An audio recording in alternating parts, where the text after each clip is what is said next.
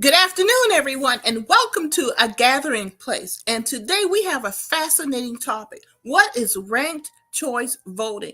This is something I've been hearing about the last few years. It's popping up more and more. And today we're going to learn about what it is and how it works because this could possibly save our democracy. And what I've learned so far, I kind of like. But what I know, I want you to know too. And we're going to start that conversation right after this opening. Hello, I'm Marilyn Hemingway, and welcome to A Gathering Place. I said, I'm stepping back because we have young voices who want to be heard and they're moving on something. Branding is really important to you and your business. Even a basic type of technology, you learn it all. And people are Good question.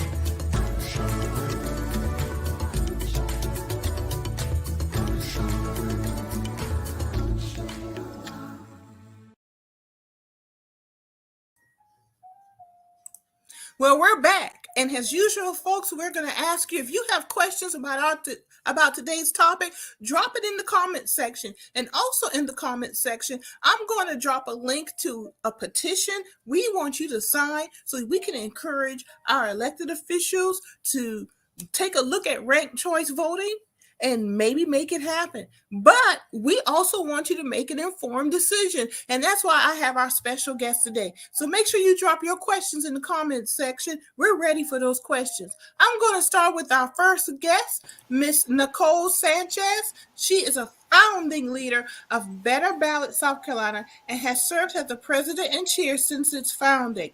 She is a strong advocate for ranked choice voting, though they call it instant runoff voting in South Carolina. Now, that's the first I've heard about that. So I want you to explain that too, Nicole. I've heard ranked choice, but I've heard it, but more of a definition type thing. But we're going to get into that. And has training as a social studies educator. That's just so appropriate, Nicole.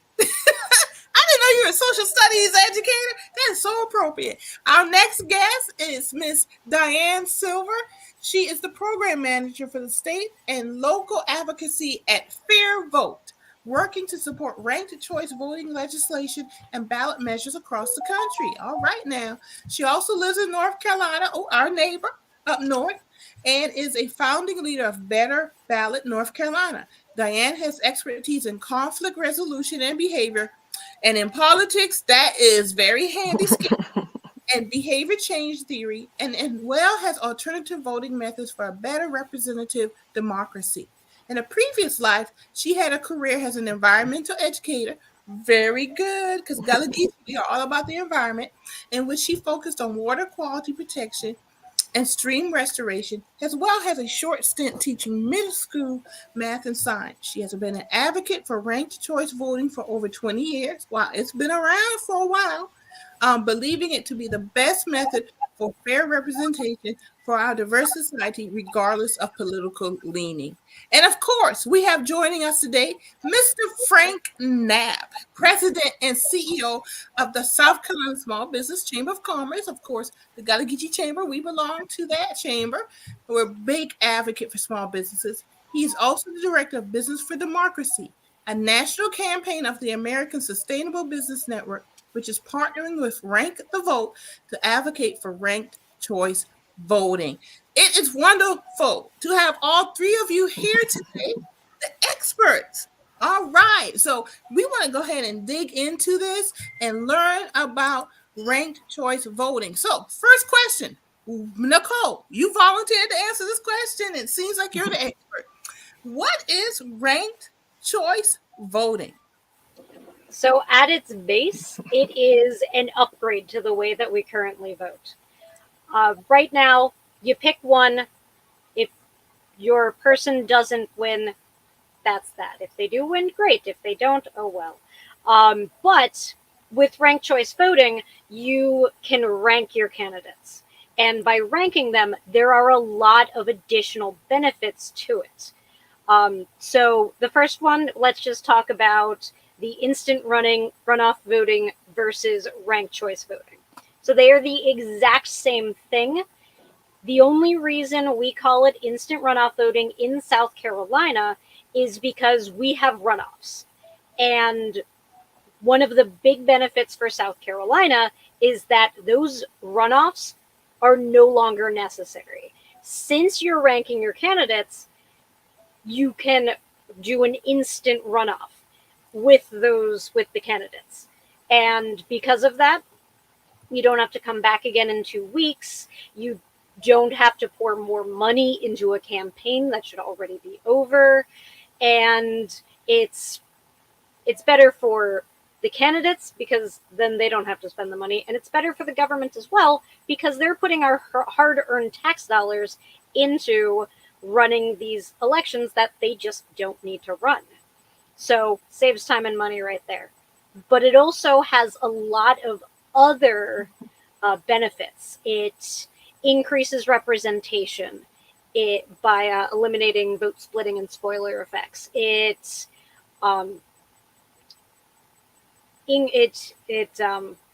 Sorry, I had a little bit of a mind blank there. That happens to me all the time. Go right? with it. But essentially, the elimination of vote splitting means that more candidates can run, and there's no negatives to those candidates running. So we've got more competition. That means we're going to have better candidates. And better candidates means better elected officials.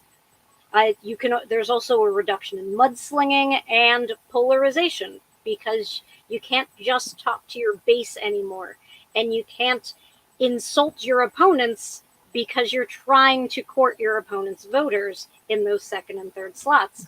So overall, it just has a lot of great benefits with one simple little tweak. Very good, very good. So in recent years, I have been, I like to state my opinion on social media like everybody else.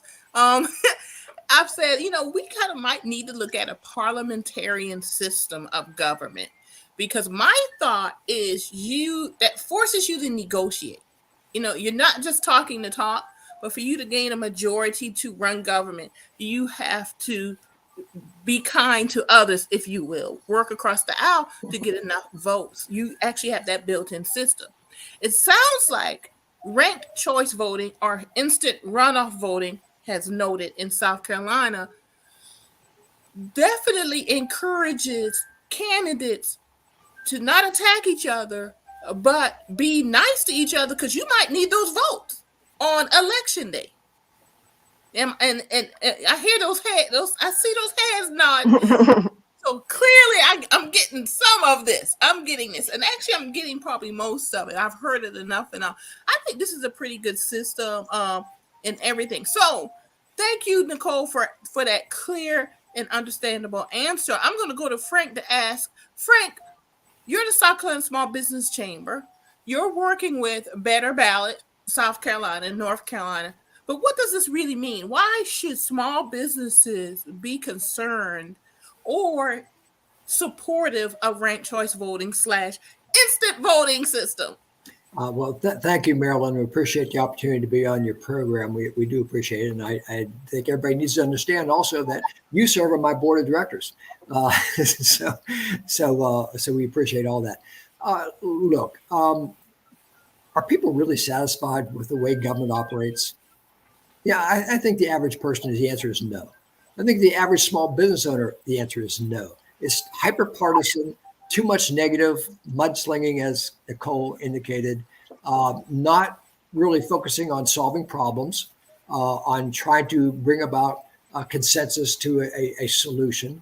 And if you look at the way our traditional election system works, it's really not very democratic.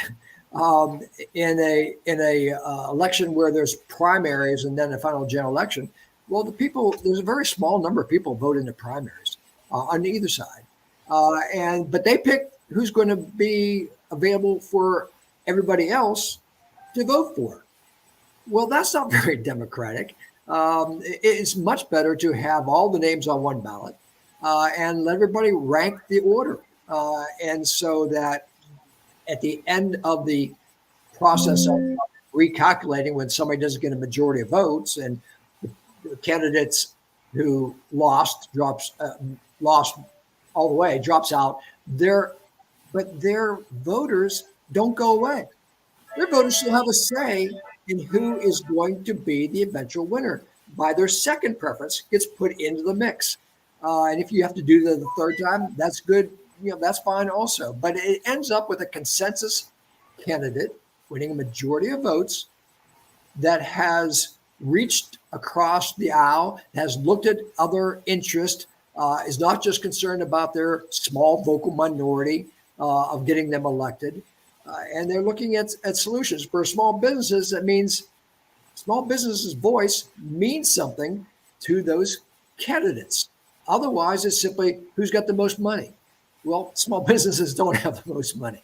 But this process will mean that the voice of small business will be heard. And that is so crucial to a strong democracy. We all know that a strong democracy is essential for a vibrant entrepreneurial economy, which is what small business entrepreneurship is all about. So that is why the South Carolina Small Business Chamber of Commerce is supportive of ranked choice voting. And I am helping lead an effort in North Carolina to outreach to the business community, to spread the word and to get more of them signing on. It's going to be a long process. But everything starts someplace. And as Diane will tell you, it does take a long time to get momentum going. Well, Frank, I totally agree with you because I support small businesses. So from that angle, I agree with you. I also agree as a Black female, a marginalized voice, that ranked choice voting gives more communities a voice in the process. We live in a democratic republic, so our system was actually built not to hear all the voices, and I think this is a much more democratic process. Obviously, this is my opinion. There is hope. We are planting seeds. I have learned a lot in the last 5 years. I think I told you this anecdote, Frank, in Georgetown County with one of the political parties, that the first year it was introduced at the county convention, it was very confusing to a lot of folks. They just didn't grasp it when it was explained to them.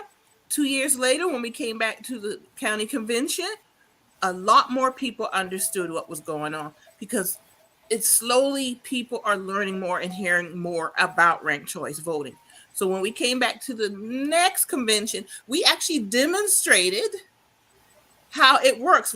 We asked people come up from the audience, and we actually demonstrated with our bodies how this works, and people really were interested, not only from what they saw that day, but some folks already had heard about it and started to learn. It is going to be a process, but as all things in America happens, the process has already started. The seeds have been planted. Now we have to nurture them, grow them until they come to fruition. So very good, Frank. Thank you very much. I appreciate that. So I said all that, talked about, we did a little demonstration. I love slides. So Diane, we're coming to you, and I'm going to bring the slides up as you explain, because we like pictures and stuff, right? I'm visual. So I'm going to add these slides here, and can you work us through it? And I'm going to get this petition address up. So those of you who want to support ranked choice voting, you want to send a message to our elected officials, you'll have a chance to do that. And we will also include that in our social media pages for you to click and go sign that petition. But Diane, share with us your slides. Sure thing. I'm a former teacher, so I'm big on visual aids. And if you will skip to the next slide, I did a quick summary of why we need reform, which Nicole really already summarized for us. That right now we have very limited voter choice. We have problems with vote splitting and strategic voting. We get these toxic campaign cycles. We have non-majority winners. The list is all there. And if we go to the next slide, please. Ranked choice voting, as Nicole said, gives voters the option to rank the candidates instead of just choosing one. And then what happens is we have this instant runoff. So if you go to the next slide, this is where I really want to focus to make sure everybody understands. So this is how it works. The first round, at first, we count just the first choice votes. It's exactly the same as the way elections work now. It's as if everybody went to the polls and just chose their favorite candidate. We add them up, and the way that we vote now, this blue candidate would be the winner because they got the most votes, as you can see. But with ranked choice voting, we say, nope, not good enough. To win, you have to get a majority of votes. And majority means more than 50%. And you can see that this blue candidate is not there yet. And so actually a majority of voters have not voted for the blue candidate. The majority of voters wanted somebody else. So we don't think you should be allowed to take office when the majority wanted somebody else. So we need to have a runoff. But the beautiful thing is we can do that instantly. And so here's how it works. Next slide, please. The candidate with the fewest votes is going to be eliminated. Sorry, purple. And then, next slide, those voters will have their vote now count for their next choice. So it's as if everybody went back to the polls in a what we call a regular runoff or a delayed runoff, an in-person runoff, and everybody voted again. And those whose candidate is still in the game, their favorite candidate is still in, they're still voting for them. It's only these purple supporters whose first choice got eliminated, they have to choose somebody else. But we already know who they choose because they ranked their ballot. So that's how the runoff is able to be done instantly. So now we add up all the votes again, and you can see the result. And that blue candidate is not yet at 50%. So we need to do it again. We need to have another instant runoff. So next slide. So once again, the candidate with the fewest votes is going to be eliminated. Sorry, orange. And then next slide, those voters' next choice will be counted. And so now with only two candidates left, somebody gets over that 50% threshold, and now they get to be the winner. So in this case, the leader in the first round ended up winning in the end. But the big difference is now they get to claim a mandate to govern. It's clear that they really are the candidate who was preferred by the majority of voters. And so there's not a bunch of people saying, yeah, but you didn't get a majority, 60-something%, didn't want you in office. They can say, nope. When we had those instant runoffs, the votes consolidated around me as the consensus choice. So if you go to the next slide, we get a nice little summary of the advantages of ranked choice voting. I have a question, Diane. Yes, please. Very quickly. So the calculation of these votes, we're not physically going back into the booth and voting. At the end of the night, the computers are actually calculating to get to the winner. That's right. We don't have to physically go back to the polls, but it's as if we did. It's analogous to going back to the polls, but we don't have all that expense and inconvenience of doing so.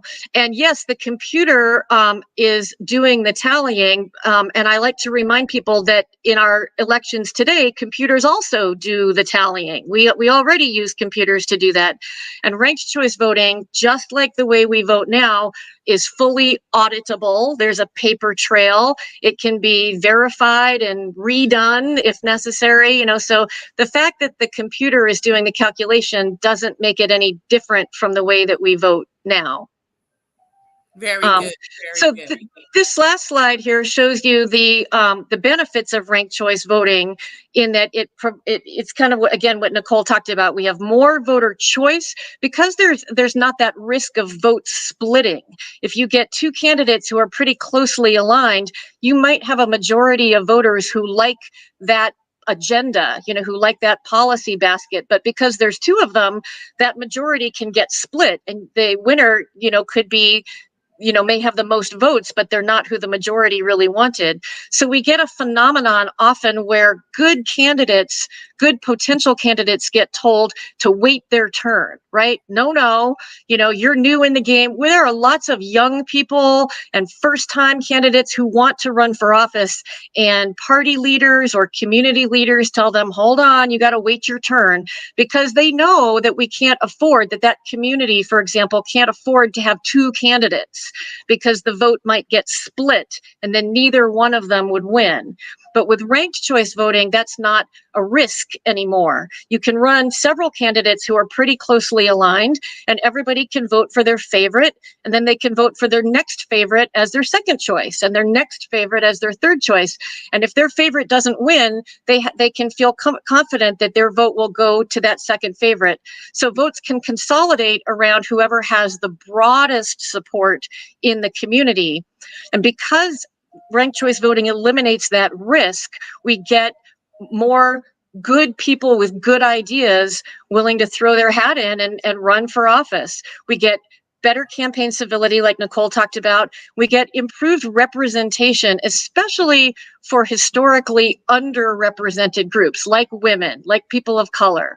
And it does have those incentives for broader engagement. You can't count on just your narrow base in order to win. You have to attend to the people who might not have you as your first choice, but you want to court those second choice votes. So it's worth it to listen to people who are not in your core base. And that's good for society, and it's good for government. It is good for us. Diane, you're probably answering a lot of the questions that I have. We're going to get to we got a lot of questions that need to be answered, but I have a couple or two. It sounds as if ranked choice voting, that we would get from the candidates more nuanced solutions to our problems, rather than the stark ideology that we hear now that is all about creating negativity rather than really providing real solutions. Would you say that's kind of accurate? I think so. Absolutely. I noticed that a lot of the campaign literature that I get doesn't actually tell me very much at all about what that candidate is going to actually do.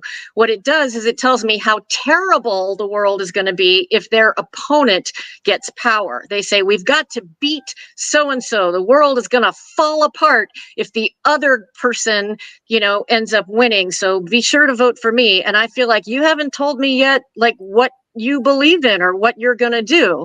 And ranked choice voting really changes the incentives. It motivates candidates to go positive, to talk about what they are going to do for their constituency, and to not just focus on tearing down the opponent, because if that opponent doesn't win, they still want those second choice votes. So if you're dissing the other candidates, their supporters are not likely to give you a second or third choice. And you need those second or third choices to get the ultimate win.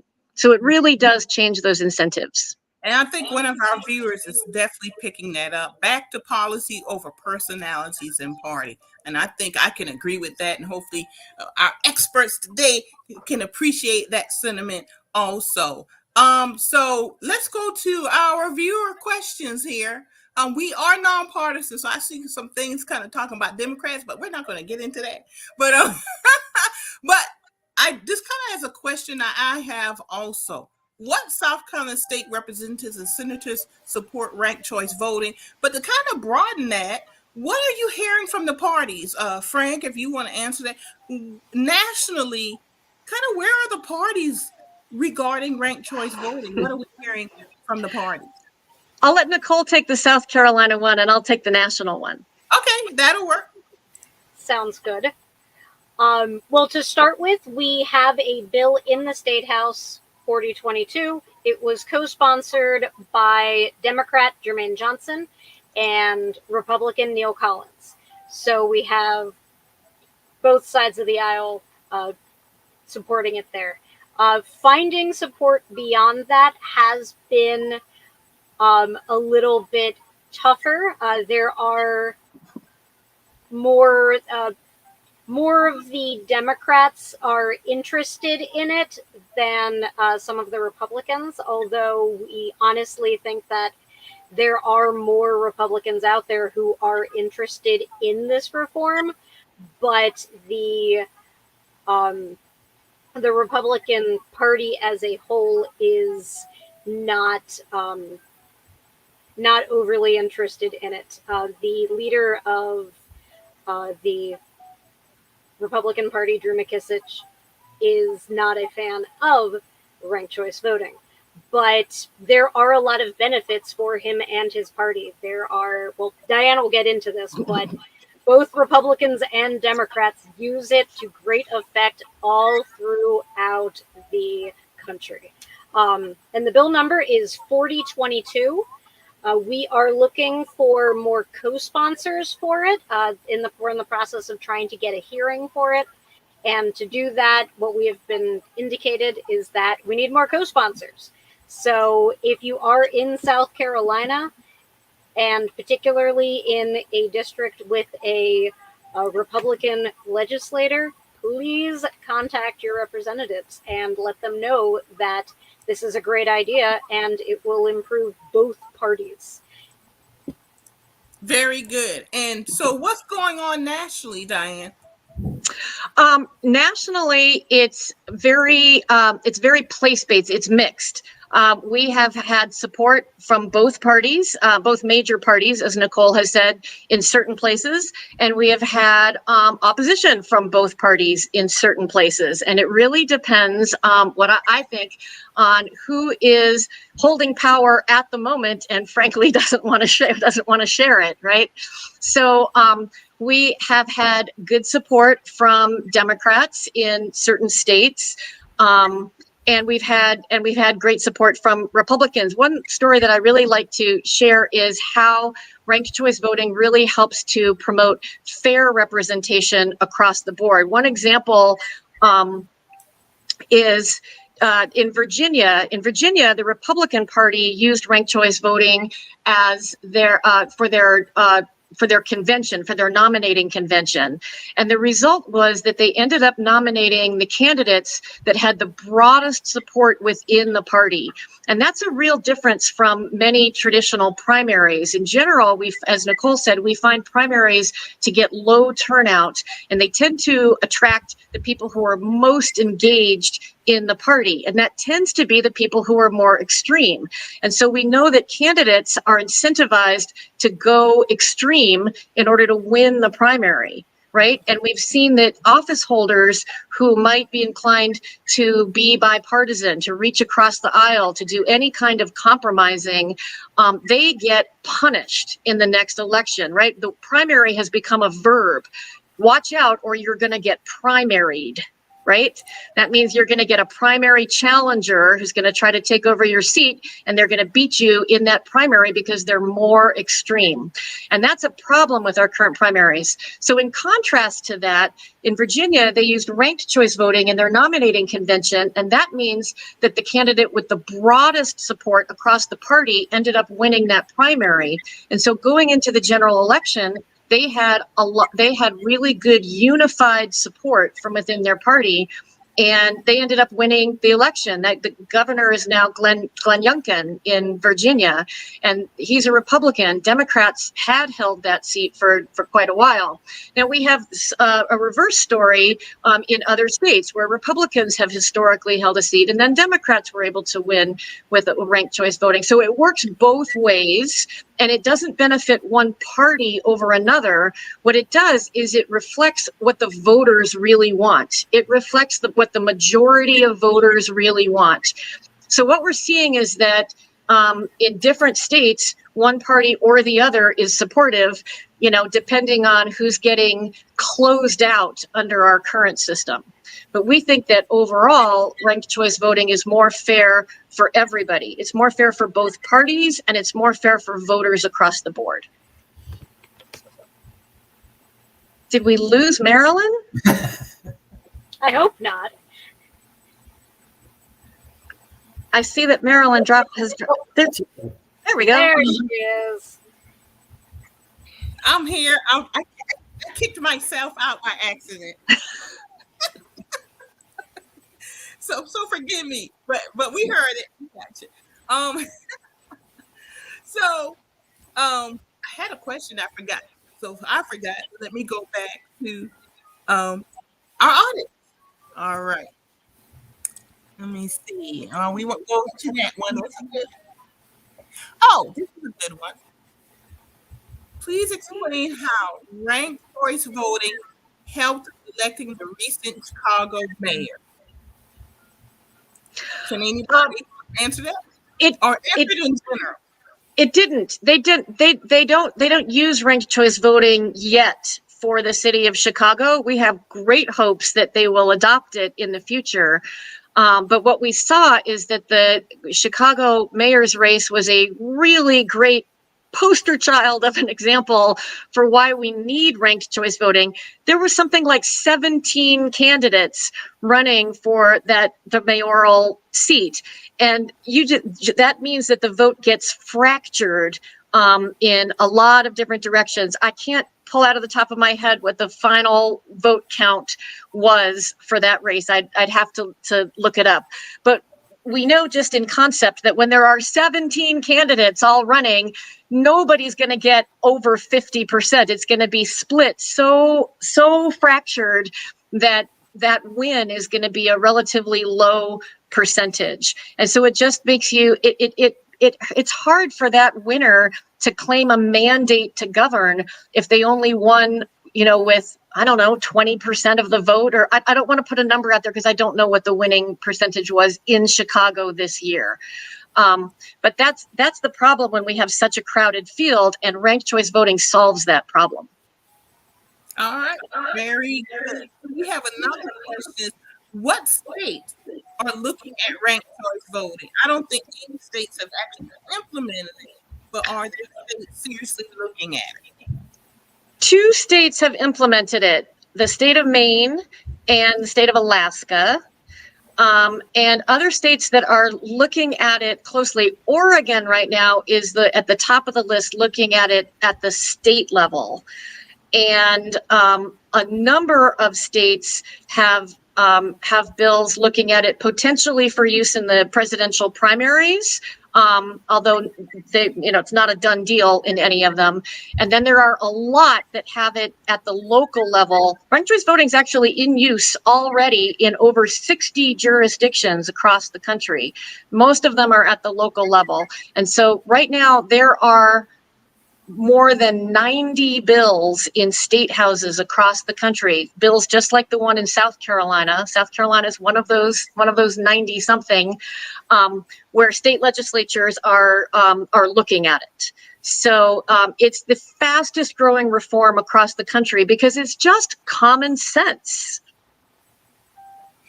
Yeah, I like it more and more. I love that we're having this show because it's really just sitting down and clarifying a lot of things for me also. And I put this comment up about the upcoming mayoral election in North Charleston. They do have a lot of candidates. My question is, and I think Diane, in your report, you did say something about making it fair for candidates to run. Give us pros and cons for that. Does that mean we won't see all this money in politics, and that it won't cost as much to run your campaign? Will it open the door for citizens who don't have money, ordinary folks, to run for office? Can you answer that? I'm happy to answer, but I also want to give our other panelists a chance. Do either of you want to take this one? I'd be happy to. Go for it. No. Frank unmuted himself. He seemed excited. I'll need to be prepared. Nicole, please go ahead. So one thing real quick that I do want to throw out there, I feel like there was one state also that Diane didn't mention, which is Nevada. Nevada, yes. Nevada needs to, they're adding a constitutional amendment, which means that it needs to pass twice, and it's already passed the first time.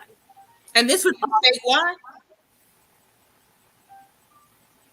Just because of the rules that they have based on their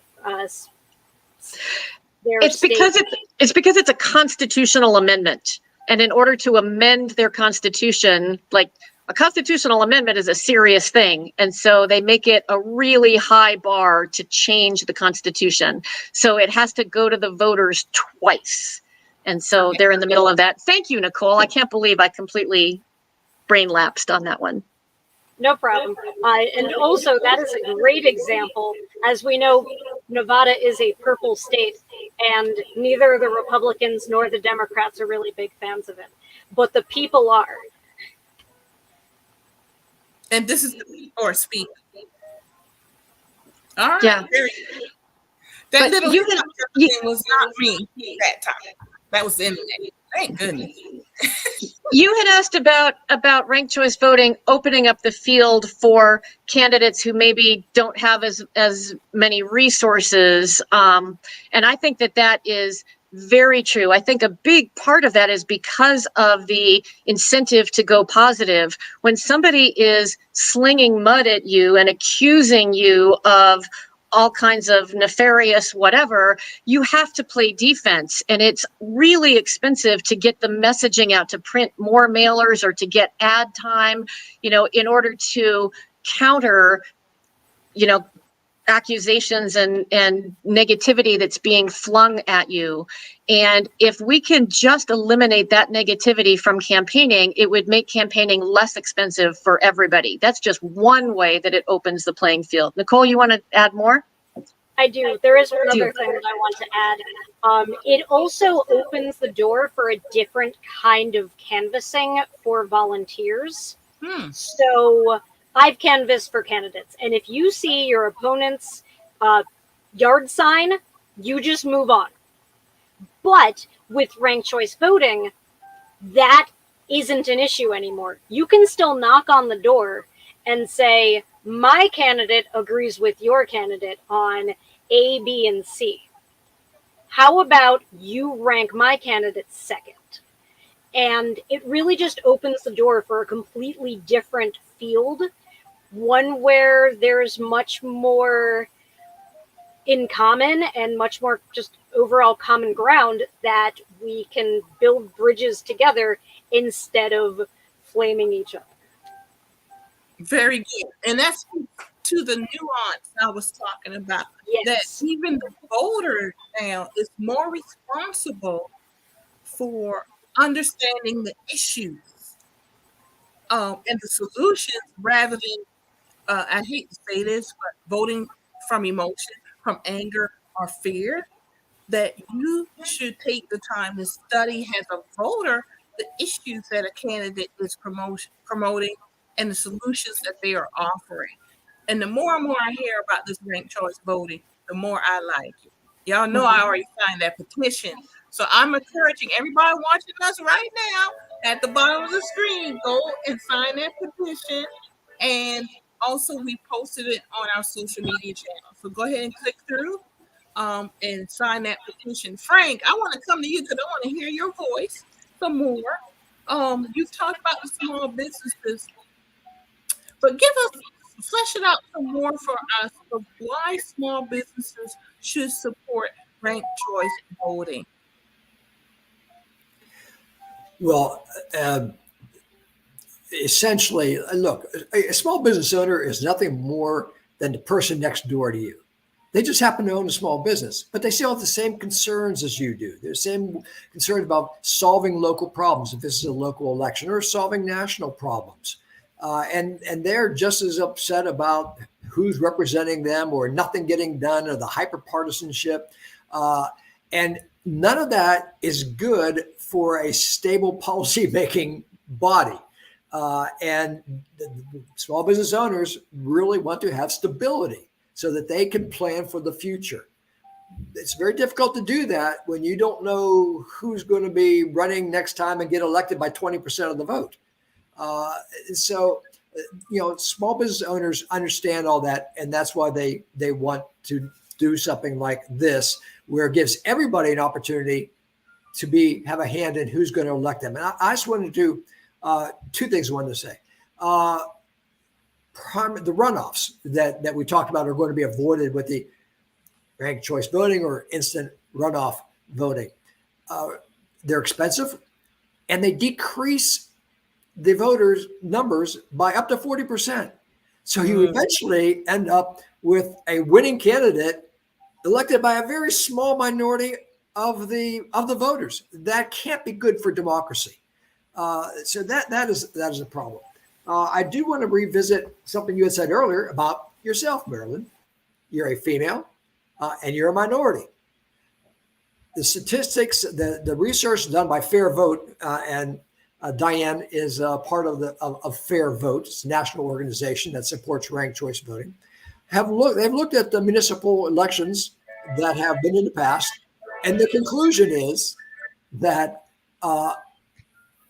more people are turning out to vote, more women, more minorities, more women and minorities win elections as compared to municipalities that don't use ranked choice voting. So it does bring more people to vote. And even if somebody doesn't think that they're going to win, as long as they can avoid the negativity that Diane talked about, they just want to have their voice out there and offer solutions.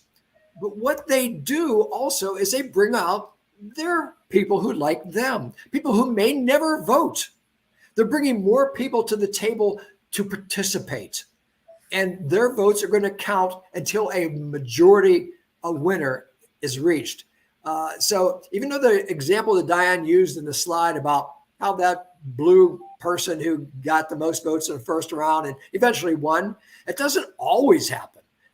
There is about, I think the statistics are about 12% of the time, the person who got the most votes, probably the party choice, okay, loses to another candidate because that candidate has really listened to more people and has a more policy solutions that appeal to more people, and the process then allows them to win over maybe some political party's candidate.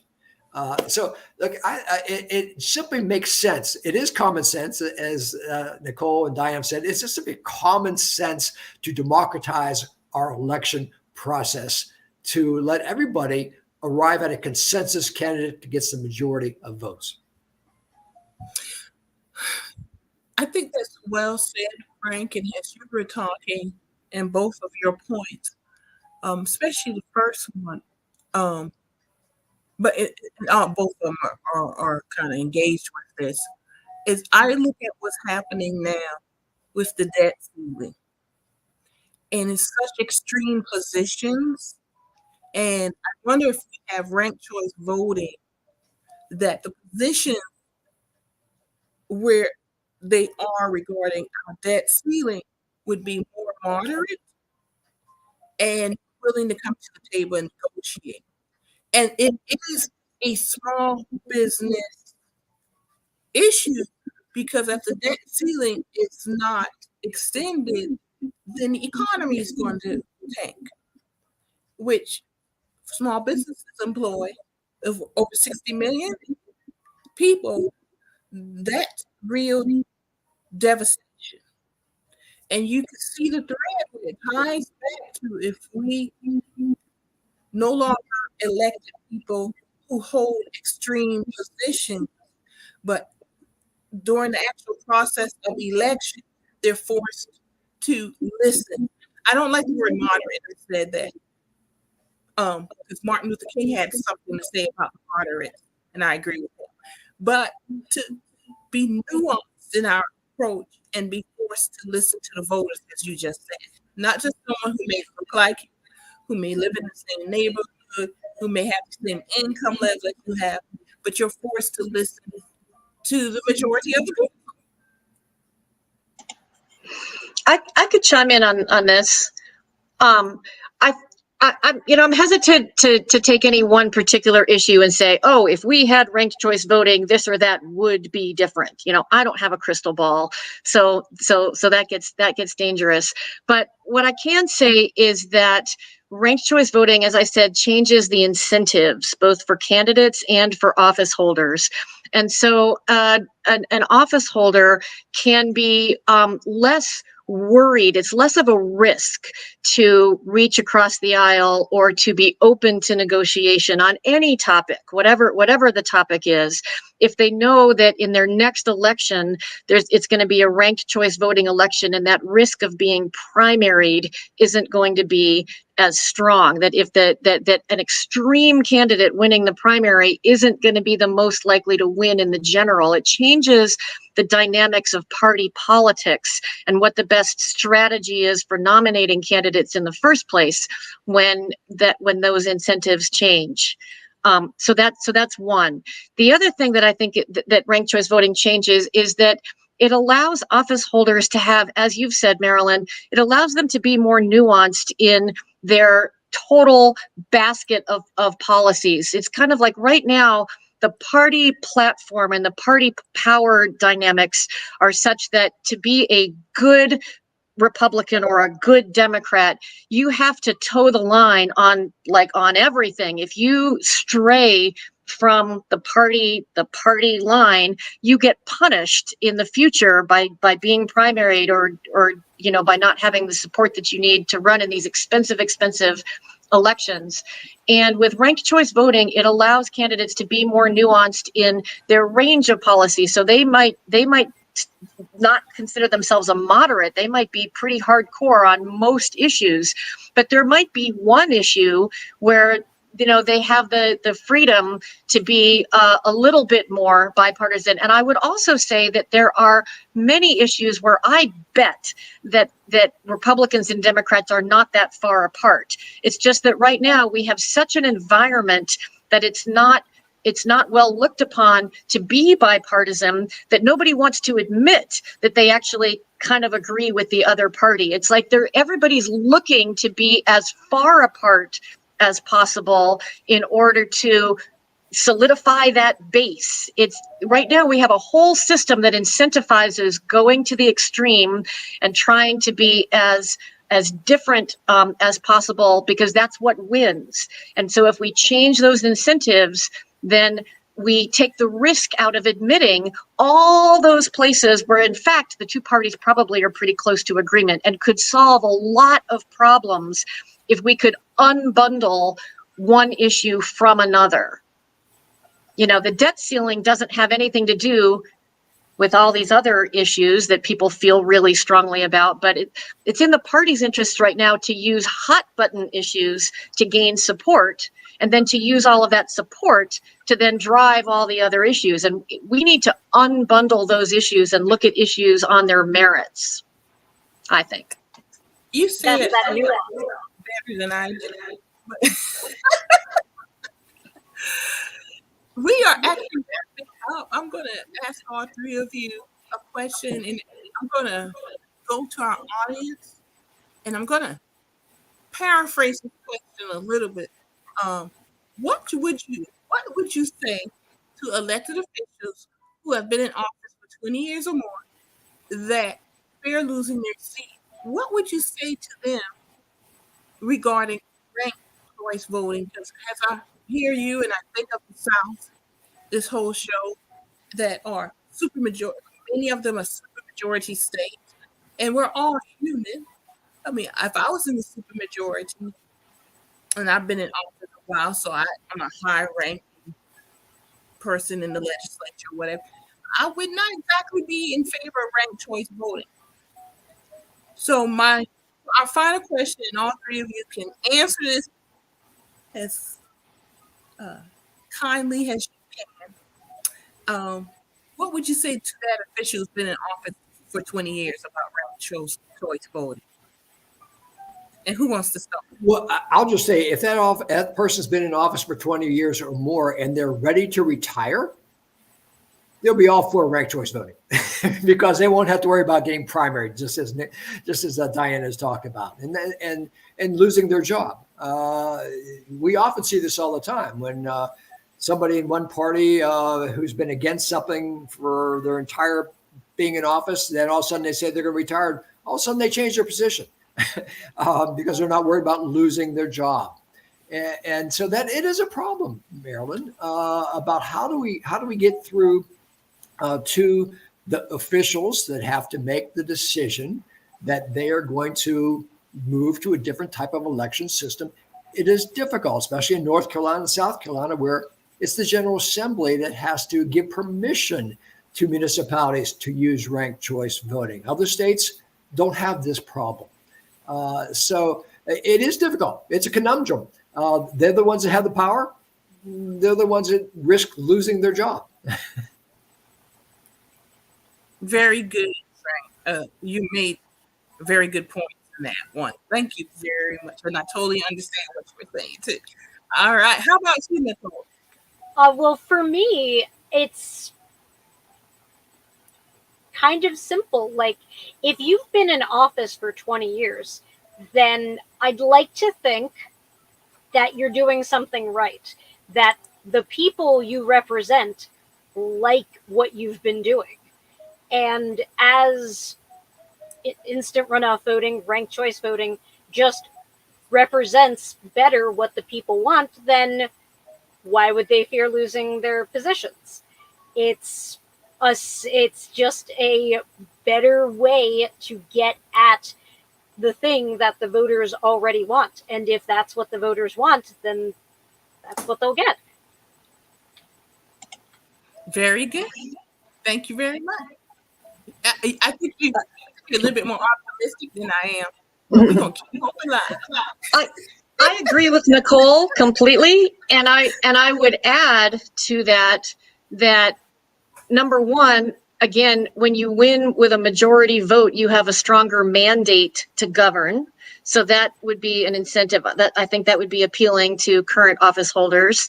I will say there's a statistic that I really like, which is that not only does the winner win by majority, which is more than 50%, but we have found when we're able to crunch the numbers in hindsight, once we know who the winner is, we have gone back and looked at the cast vote records and found that 70-something% of voters, I think it's 73%, but more than 70% had the winner in their top three choices. So even if it wasn't their first choice, it was their second or third. And that means that it's not just that they won by majority, but that a vast majority, 70-something%, are pretty darn satisfied with the person in office. They're like, I'm okay with it. I like this person.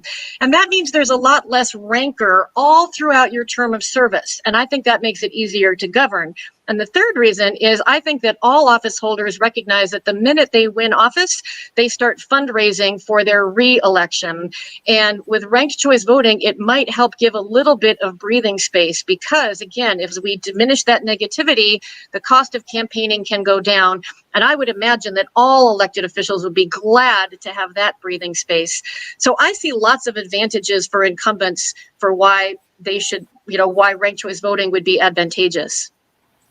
Very, very, very good points. And I think that's a good way to wrap up the show and remind everyone that we want you to go to the website, scrolling at the bottom of the screen, and it's also posted on our social media, and sign the petition. Let's plant the seed and nurture it so that the tree will bear fruit.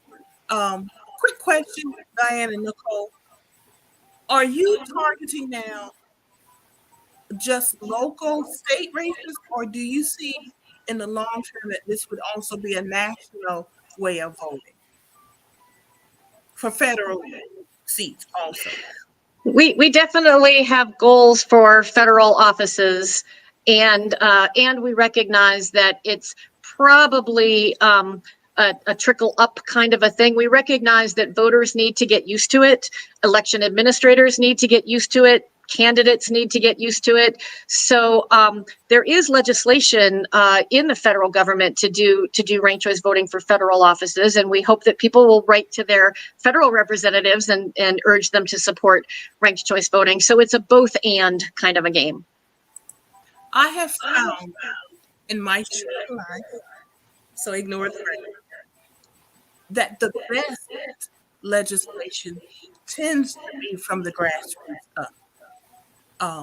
So let's hope that as we continue having these conversations, that more grassroots folks, those who really understand the impact of policy in our daily lives, that they'll learn more about ranked choice voting and they will put their voice out there in support of it. I appreciate Nicole, Diane, and Frank, all three of you coming on today, joining me. I didn't know we were going to last almost an hour, but that's good because it was so interesting and well informed that this hour just zipped right on past us. I want y'all to keep us up to date on what's going on. We know we want everybody to sign the petition, but we also want to know updates, what's going on. What else can we do? Folks need to make phone calls, etc., to bring this to the attention of our elected officials and make sure that they support ranked choice votes. So I'm going to invite the door is open for you to come back anytime and keep us up to date and put us to work so we can make this happen. Thank you.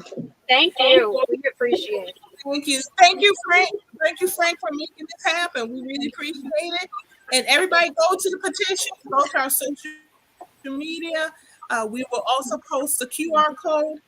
But we really appreciate everybody joining us today. The comments and questions, great viewership today. We love our audience, and we'll see you Sunday and Wednesday at 4 o'clock for a gathering place. Thank you, Diane, Nicole, and Frank. Have a great day. Thanks, Marilyn. Thank you. So everyone, as we say farewell to our guests, we want to thank you for joining us. And we invite you every Wednesday and Sunday to view us on a gathering place. We've been taking a little bit of a break, getting some rest, but we're back. And what a great topic to come back on and educate our audience. We wish you well. Enjoy the rest of your day. And we'll see you at 4 o'clock on Sunday. Don't forget to sign that petition. Let's make this happen, folks. I'm excited. Let's make it happen.